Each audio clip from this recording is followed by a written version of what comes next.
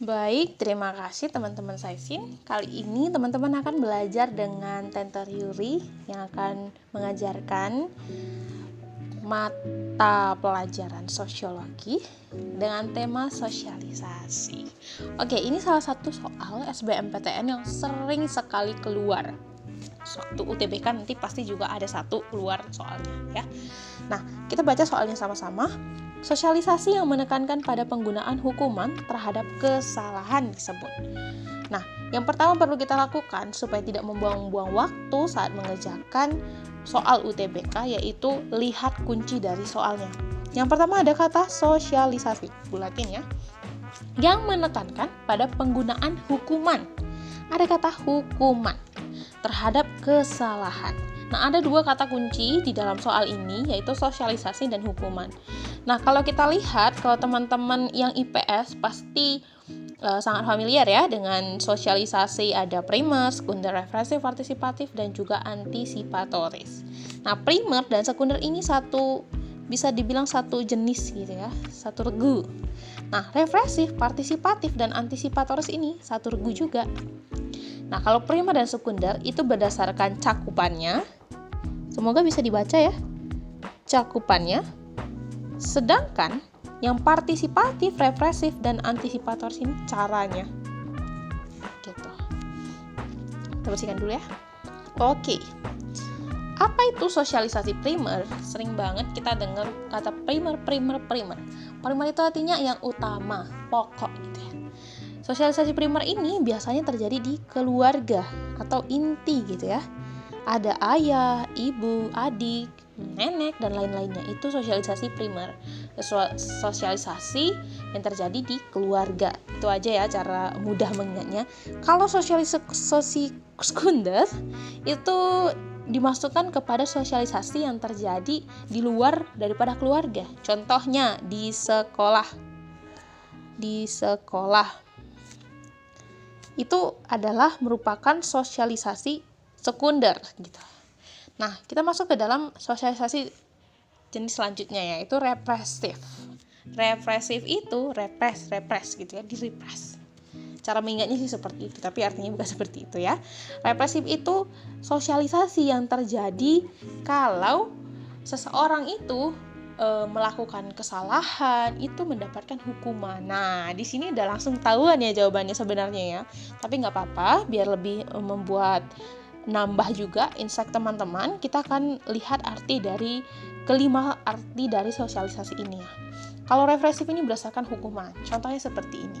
Semisalnya kalian itu mendapatkan nilai 90 atau 60 lah ya, 60. Itu tidak mencapai target nilai 90 gitu. Nah, biasanya ada orang-orang tua yang menggunakan sosialisasi represif ini memberikan hukuman. Jadi contoh hukumannya, kamu nggak boleh pegang HP selama 1 minggu. Atau misalnya contohnya, kamu nggak bisa dapat uang jajan selama 1 bulan gitu. Nah, ini masuk dalam sosialisasi represif gitu ya. Sosialisasi represif ini bisa dibilang berdasarkan hukuman. Jadi yang didapatkannya itu sanksi atau hukuman, itu yang namanya sosialisasi represif. Nah, sosialisasi partisipatif itu berbanding terbalik dengan si represif ini. Karena partisipatif ini ada 2 orang. Itu sosialisasinya ini terjadi aktif gitu. Jadi ada 2 orang yang saling berkomunikasi. Contohnya gini nih. Mamanya mungkin bilang, nanti kalau kamu bulan ini dapat nilai 90, mama kasih handphone merek Samsung itu misalnya ya, Samsung gitu ya. Tapi anaknya ada tawar-menawar nih. Dia bilang, jangan Samsung dong ma, iPhone 13 aja. Itu kan terjadi komunikasi antara 2 arah. Jadi komunikasinya 2 arah. Sedangkan yang represif ini komunikasinya 1 arah. Jadi perbedaannya ada 2 ya. Kalau represif ini komunikasinya 1 arah, kalau partisipatif ini 2 arah. Jadi lebih enak aja gitu ya. Dan apa sih yang didapat dari sosialisasi partisipatif? Yaitu reward ataupun gift ataupun hadiah. Jadi kalau yang tadi kalau tidak memenuhi target dapat hukuman, yang ini dapat hadiah gitu.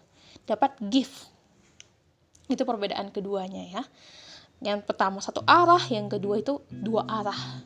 Yang pertama dapat hukuman, yang kedua dapat hadiah. Jadi ibu-ibu atau ayah-ayah ya zaman sekarang itu lebih dominan menggunakan yang namanya sosialisasi partisipatif karena lebih modern juga, dan juga anak-anak Gen Z ya lebih suka diberi hadiah daripada hukuman gitu. Nah, yang terakhir ini sebenarnya jarang banget masuk ke dalam soal UTBK, tetapi tidak ada salahnya kita pelajarin juga ya. Nah, sosialisasi antisipatoris ini hampir mirip dengan represif, jadi antisipatoris. Jadi dia berkebalikan dengan si partisipatif gitu. Kenapa dibilang antisipatoris? Karena komunikasinya tidak terjadi dua arah, jadi hanya satu arah. Jadi kalau ibunya bilang A, maka si anak juga harus bilang A gitu. Tapi hasilnya tidak jelas, apakah hukuman maupun hadiah ataupun reward itu tidak jelas. Untuk itu, yang paling sering keluar di dalam UTBK itu adalah represif dan partisipatif. Nah, kita lihat soalnya ada hukuman. Kita lihat dari option-option yang tersedia, yang merujuk kepada hukuman itu hanya satu ya. Jawabannya adalah C, represif. Karena dia berdasarkan hukuman ataupun hasilnya itu mendapatkan hukuman seperti itu. Jadi harus ingat cakupan-cakupan sosialisasi dan juga hasil-hasil dari sosialisasi. Begitu. Sekian pelajaran hari ini. Terima kasih.